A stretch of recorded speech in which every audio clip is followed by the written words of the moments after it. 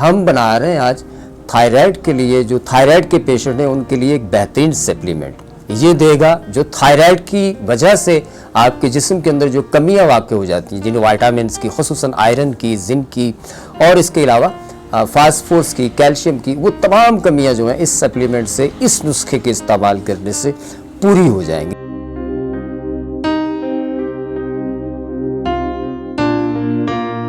بسم اللہ الرحمن الرحیم، السلام علیکم ورحمۃ اللہ۔ میں ہوں حکیم رضا الہی اور آپ دیکھ رہے ہیں حکیم رضا الہی یوٹیوب چینل۔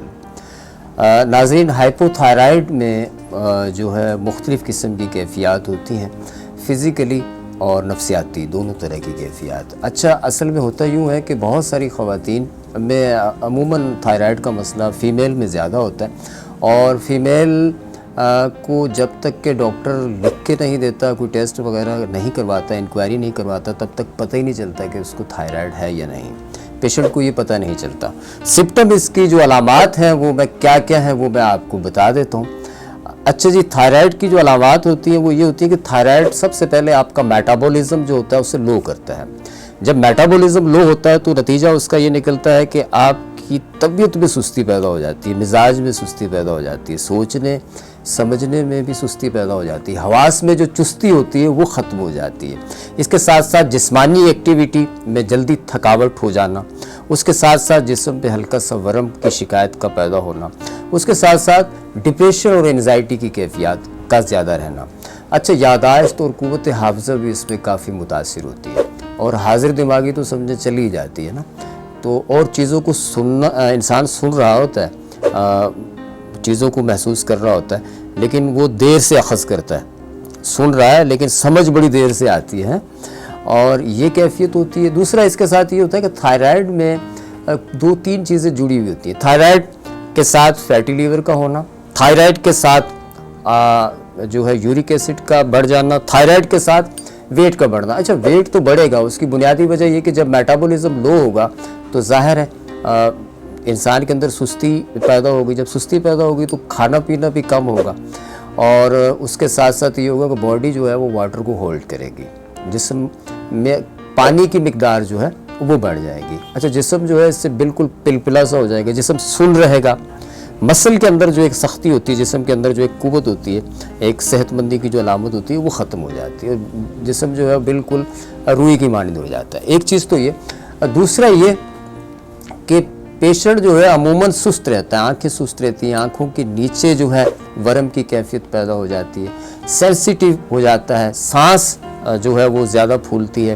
دل کی دھڑکن ڈوب جاتی ہے۔ اس طرح کی جو کیفیات ہیں اگر ہوں تو آپ کو فوری طور پہ ہائپو تھائرائڈ TSH جو ہے اپنا ایک پروفائل کروا لینا چاہیے، تھائرائڈ ٹیسٹ لازمی کروانا چاہیے، اور بہتر ہے کسی آپ اچھے معالج کے پاس وزٹ کر لیں۔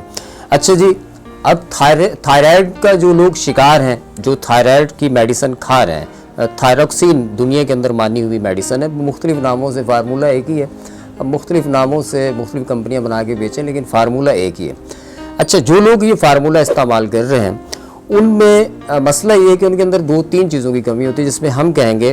جی ان کے اندر کیلشیم، آئرن، ان کے اندر وائٹامن ڈی، ان کے اندر زنک، سیلینیم، ان چیزوں کی انتہائی کمی ہوتی ہے۔ جب سیلینیم کم ہوتا ہے، یہ چیزیں جب کم ہوتی ہیں تو یوں سمجھ لیں کہ ہم طب میں سے کہیں گے کہ انسان کے اندر قوت حرارت جو ہوتی ہے وہ کم ہو جاتی ہے۔ جیسے عموماً دیکھا جائے تھائرائڈ کے پیشنٹوں میں وائٹامن ڈی انتہائی کم ہوتا ہے نا، اور یہ ایک وہ ٹمپریچر ہے جو باڈی کے اندر رہتا ہے۔ تو میٹابولزم جب لو ہوتا ہے تو باڈی کا ٹمپریچر ویسے ہی لو رہتا ہے، جب لو رہتا ہے تو ظاہر ہے اس سے ہڈیوں کی تکالیف، اس سے دیگر جو مسائل ہیں وہ پیدا ہوتے ہیں۔ تو جی،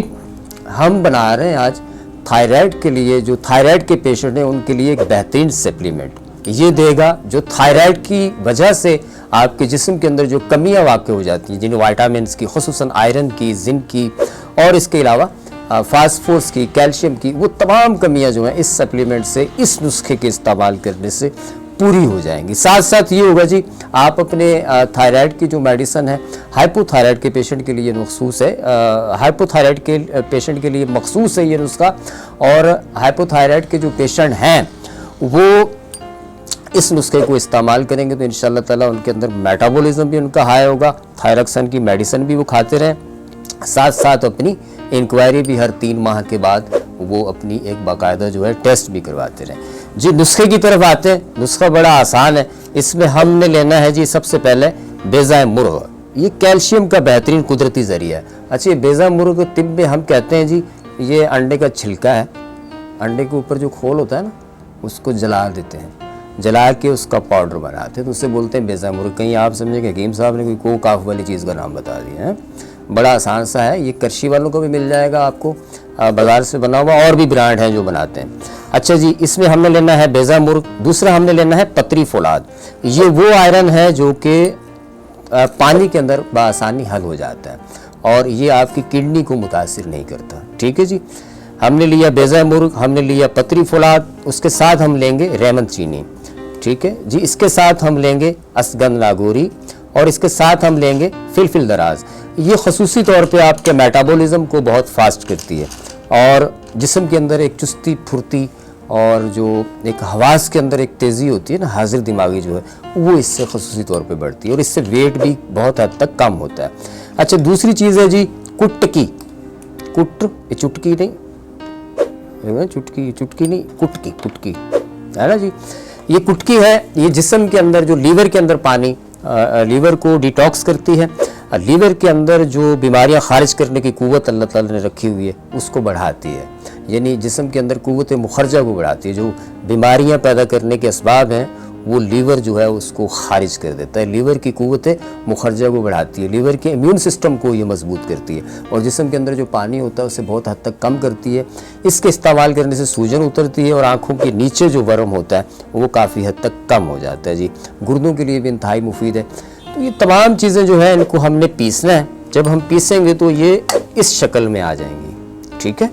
جب اس شکل میں آ جائیں گی تو اس میں ہم نے ڈالنا ہے سیب کا سرکہ،